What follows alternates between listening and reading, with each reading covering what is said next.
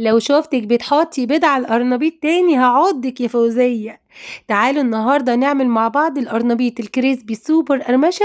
بعمله بقالي سنين واكيد خدت منكم دعوات كتير السنة اللي فاتت، من غير ولا بيضة، بطريقة سهلة واقتصادية وسهلة وسريعة ومضمونة 100%.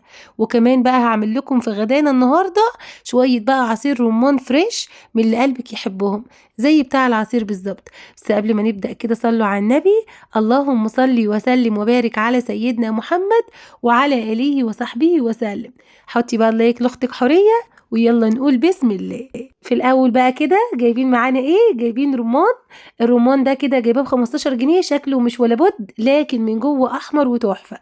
تمام. اما بقى هنا الشنطه دي ماما ربنا يبارك لها يا رب، عاوزاكم كلكم تدعوا لها في الكومنتات. هي اللي جابت لي القرنبيطه بالخضره بكام قرن الفلفل دول، وقالت لي نزلي السبت يا فوزيه. خدتهم منها وقعدت ادعي لها والله. جبت بقى القرنبيطه الاول بنضفها وبشيل الراس، وبعدين بعملها وردات كده واخدها اغسلها غسل غزير غزير غزير، يعني لازم يتغسل حلو قوي قوي يا جماعه. هجيب بقى الحله بتاعتي القمر دي وهنزل بقى بالقرنبيط قطعه قطعه كده وارصهم في الحله. وهقول لكم بقى على طريقة البطاطس اللي بناكلها في المطعم، البطاطس اللي بيسموها بطاطس بانيه. دايما لازم لما بعمل قرنبيط اعمل البطاطس دي على طول. جبت كده 3 حبات من البطاطس وقشرتهم وهسيبهم سلام زي ما هم كده فوق القرنبيط.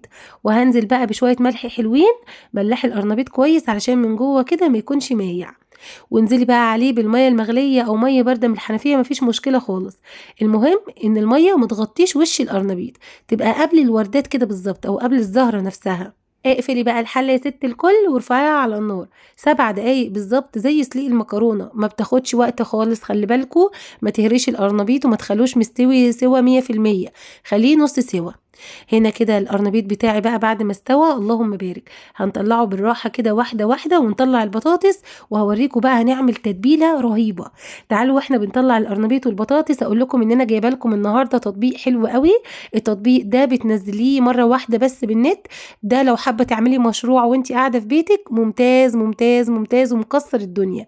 كل اللي هتعمليه هتحملي التطبيق، والتطبيق ده بيكون عليه حاجات بتتباع، يعني مثلا خلاطات، اجهزه كهربائيه، ايا كان.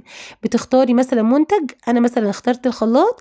الخلاط مثلا لو نازل ب1000 وانت عايزه تبيعيه ب1100، بتحطي عمولتك وبتسيبي بقى التطبيق على كده. كل ما يتباع قطعه واحده من الخلاط بينزل لك 100 جنيه على المحفظه بتاعتك. المشروع ده انا واثقه فيه ومتاكده منه جدا جدا، كلكم هتدعوا لي بفضل الله. هسيب لكم لينك التطبيق ان شاء الله في اول تعليق، وادخلوا عليه وادعوا لي. بصوا بقى هنا كده بعد ما طلعت القرنبيط جبت شويه شبت وشويه بقدونس. لو حابه تحطي كزبره بس او بقدونس بس براحتك، انا بحب احط شبت وبقدونس. بدل ماما جابت شبت وبقدونس يبقى هحط شبت وبقدونس. وتعالوا نعمل بقى الخلطه الجباره. بجيب بقى بولتين، واحده غويطه وواحده عاديه.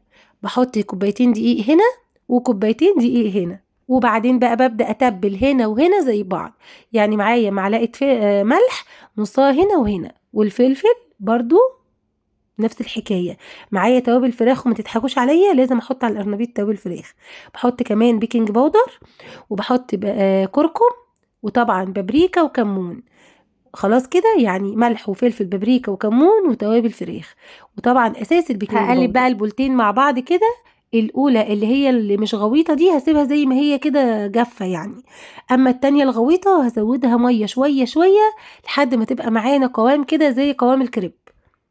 بصوا بقى الموضوع سهل وبسيط، واعتمدوا الطريقة دي والله العظيم من غير ولا بيضة. كل بقى حبايبي اللي جربوا الطريقة دي في السنين اللي فاتت يكتبوا لي في الكومنتات ويقولوا لي بأمانة ايه رأيهم فيها. بصوا بنقلب بقى لحد ما توصل للقوام المتوسط، ولا هو خفيف قوي ولا تقيل قوي. وبعدين بحط الخضرة، وكمان لو يستحسن يعني معلقة نشا هنا ومعلقة نشا هنا. انا كان عندي كده اخر كيس نشا، حطيت نصه هنا ونصه هنا، وكده تمام قوي وزي الفل. التطبيق يا حبايبي اللي انا سايباه لكم في التعليقات ده بناء عن طلبكم، كلكم بتقولوا لي عايزين مشروع من البيت. ده مشروع هايل ومضمون 100%. يعني كل اللي هتعمليه هتحملي التطبيق وتحطي عمولتك على كل منتج، وتحطي كمان بيانات محفظتك علشان لما ينزل اي منتج يتباع ينزل لك ارباحك على طول على المحفظه بتاعتك. جربوه ان شاء الله يعجبكم بامر الله، هتلاقوا الشرح بالتفصيل كمان موجود في اللينك. قطعت بقى البطاطس بتاعتي 4 تربع، وقطعت كمان القرنبيط.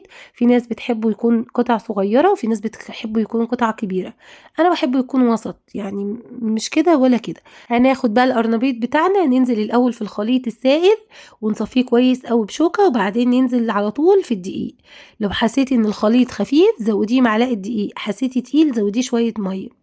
تاخدي بقى من الدقيق كده على طول تنفضيه وتنزلي على طول في الزيت، زيت سخن غزير.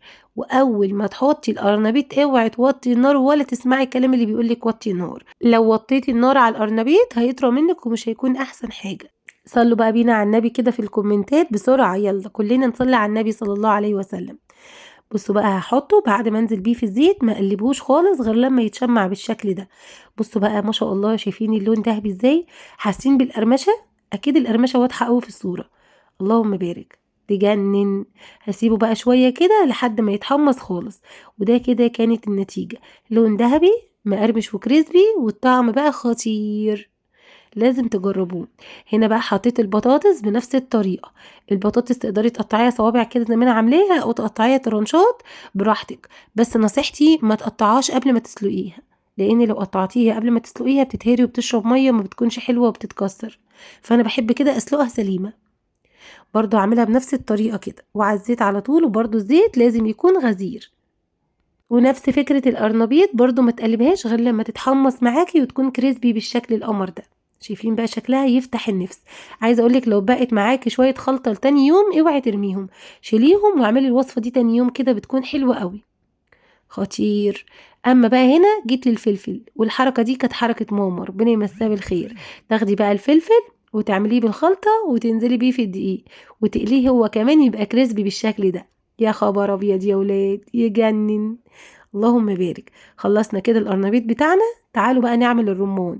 اي خدمه، عامله لكم الوصفتين في فيديو واحد، مش حرماكي من حاجه يا فوزيه، وده طبعا بناء عن طلبكم انتوا اللي قلتوا لي شاركينا غدا كل يوم، وده كان غدانا والله النهارده. فانتوا بقى قولوا لي لو حابين اشارككم الغدا كل يوم ولا لا، ولا كفايه كده. بصوا بقى بعد ما عملت الرمان فصصته، حطيت عليه شويه سكر، معرفش مقطع السكر راح فين، بس انا حطيت عليه سكر ودوبته وقلبته مع بعض شويه وسبته كده يتشرب من السكر. بعدين بقى بتنزلي عليه بكوبايه مليانه من الكركديه الخام، وبعدين تزوديه ميه عادي. بصوا بقى الجمال والحلاوه، اللهم صل على النبي، ولا اي افتكاسات ولا اي اشتغالات. وهنا بقى الليمون حبيب قلبي اللي انا عاملاه بايديا معاكم، ما شاء الله اللهم بارك، زبده يا بنات زبده يستاهل بقكم. يلا بينا بقى واحنا بنقدم القرنبيط القمر ده نقول الدعاء. اللهم يا مسهل الشديد ويا ملين الحديد ويا منجز الوعيد ويا من هو كل يوم في أمر جديد، اخرجنا من حلق الضيق إلى أوسع الطريق، بك ندفع ما لا نطيق ولا حول ولا قوة إلا بالله العلي العظيم. وصلى اللهم وسلم على سيدنا محمد وعلى آله وصحبه وسلم. بصوا بقى الجمال، أحلى سندوتش يدفي في الشتاء، ومعاه بقى كوباية رمان وقرن فلفل وليمونة، وانسي الدنيا وانسي الناس يا فوزية. لو حابين انزل لكم غدا بكرة اكتبوا لي في الكومنتات وان شاء الله اشارككم غدا بكرة وكل يوم بأمر الله. بحبكم في الله، ربنا يديمكم يا رب نعمة في حياتي. كانت معاكم حورية، والسلام عليكم ورحمة الله وبركاته.